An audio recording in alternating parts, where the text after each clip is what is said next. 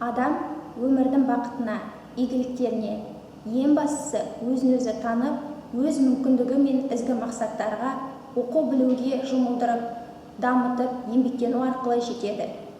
Сабағымыздың мақсаты оқушыларға адал еңбек ұғымын түсіндіре отырып, еңбексүйгіштік қасиеті туралы түсінік беру, дұрыс әрекет құндылығы ұғымын ұғындыру. Сабағымыздың құндылығы дұрыс әрекет. Сабағымыздың қасиеттері еңбексүйгіштік, төзімділік, жауапкершілік. Сабағымыздың дәйек сөзі: еңбек түбі береке, халық нақылы.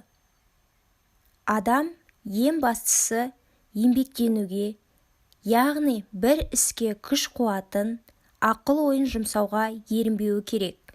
Өйткені жалқаулық, еріншектік адамның өзін және өмірін тоздырады.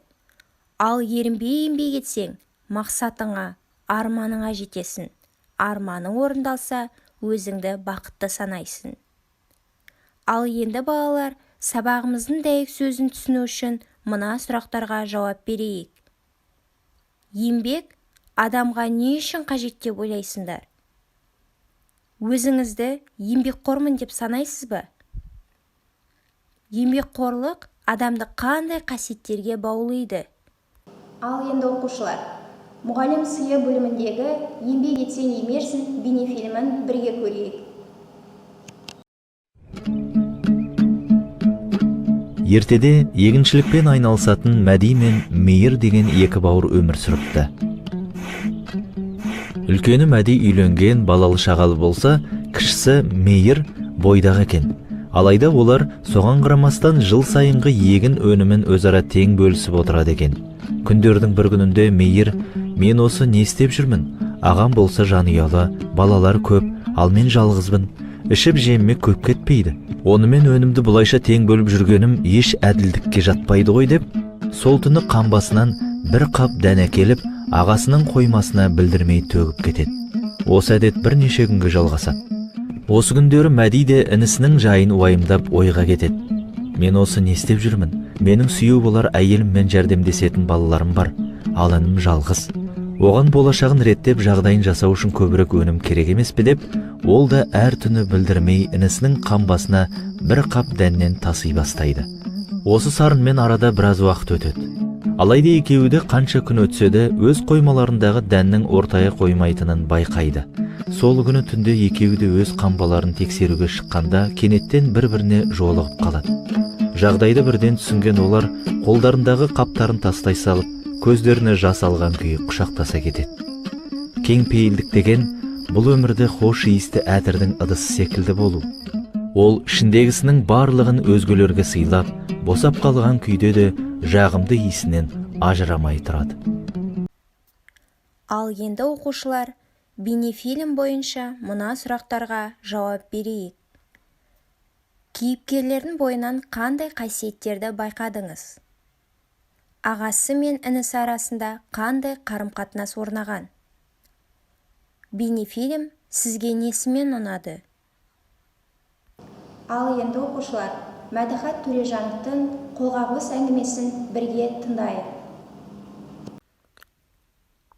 Арғынның атасы арбаға күрең биесін жегіп алып, шөпке баратын. Атасы бұл жолға жарты күн дайындалатын. Шалғысын шындап, торсыққа қымыз құйып алатынды. Күн бата арбасын жасыл бидайыққа толтырып, ауылға көңілді оралатын. Әке, бүгін көңілдісі ғой? Деп сұраған баласына, көңілді болмағанда ше, таза ауада қанатын жайған қыранша қан таратып, бой жазғанға не жетсін, деп масаттанатын. Мұны байқап жүрген арғыннан шөпке бірге барғысы келеді. Бірақ тілегін атасына айтуға батпайтын. Арғынның атасы атын жегіп, пішенге жүруге әзірленіп жатты.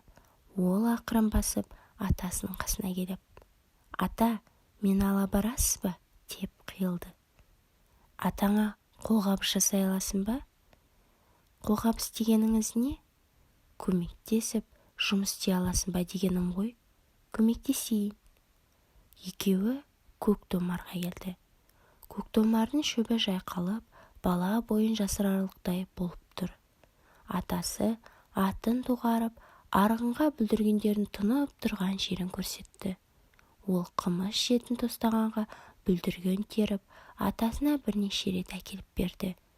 Өзі де қан қызыл қой бүлдіргенге сілие тойды. Шөлдеген соң атасынан қымыз сұрап ішті.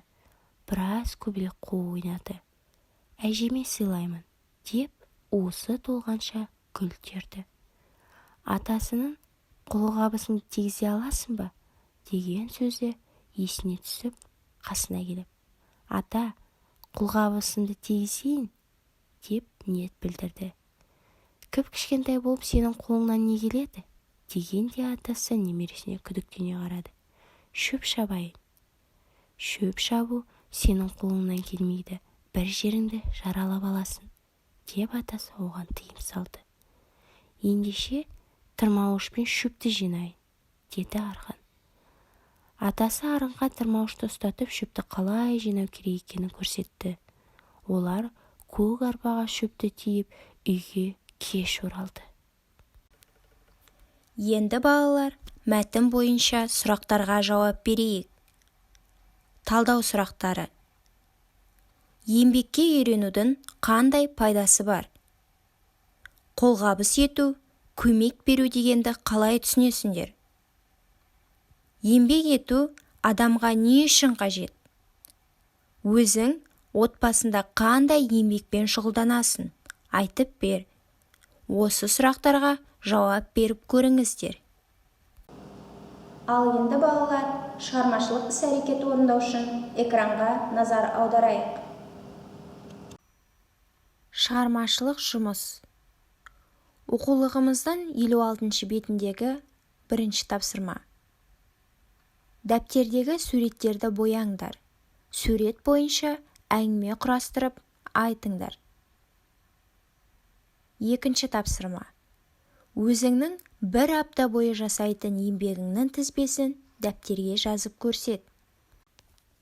Жобалық іс-әрекет. Жобаның екінші қадамы «Мен не істей аламын?» деген сұраққа жауап іздеу.